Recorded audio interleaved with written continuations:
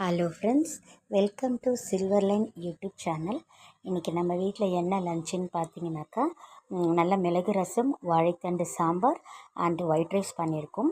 இது வந்து ஆட்டு ஈரல், நம்ம லிவர் சொல்லுவோம் இல்லையா, அதுதான். இப்போ நிறைய பேருக்கு சம்மராக இருந்தால் கூட இப்போ நிறைய காஃப் இருக்குது.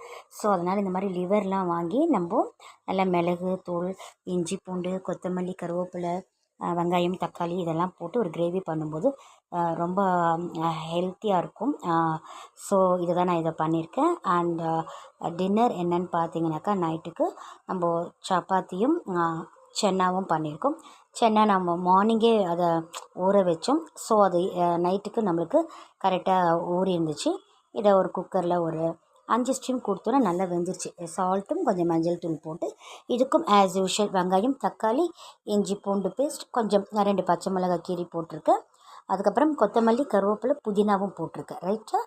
அண்ட் கோதுமை மாவில் என்ன பண்ணியிருக்கேன்னா, இது வந்து காய்ச்சி ஆறின பால் தான். இதை கொஞ்சம் ஊற்றிருக்கேன். ப்ளஸ் சால்ட் ஆட் பண்ணி கொஞ்சம் பட்டர் போட்டிருக்கேன். அப்போ நம்மளுக்கு சப்பாத்தி வேணுன்ற அளவுக்கு தண்ணி ஊற்றி மாவு பிசைஞ்சிருக்கும். சப்பாத்தி வந்து நல்லா சாஃப்டாக இருக்கும். அது கொஞ்சம் ஹீட்டுன்னு சொல்லுவாங்களே கோதுமாவு, அதெல்லாம் இல்லாமல் அரெஸ்ட் பண்ணும் அந்த நம்ம பட்டர் போட்டிருக்கிறதுனால. பாருங்கள், சென்னா எவ்வளோ அழகாக அந்த கிரேவி ரெடியாக இருக்குது. மோஸ்ட்லி நம்ம சமையலில் நிறைய இஞ்சி பூண்டு பெப்பர் தான் நிறைய ஆட் பண்ணுவோம். அண்ட் ஆல்சோ வெங்காயம், தக்காளி கூட தான்.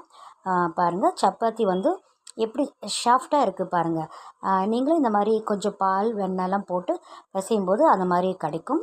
அதுக்கப்புறமா நான் வாழைத்தண்டு சாம்பார் வந்து வச்சுருக்கேன். பாருங்கள், வாழைத்தண்டு அரியதெல்லாம் நான் வீடியோ எடுக்கலை.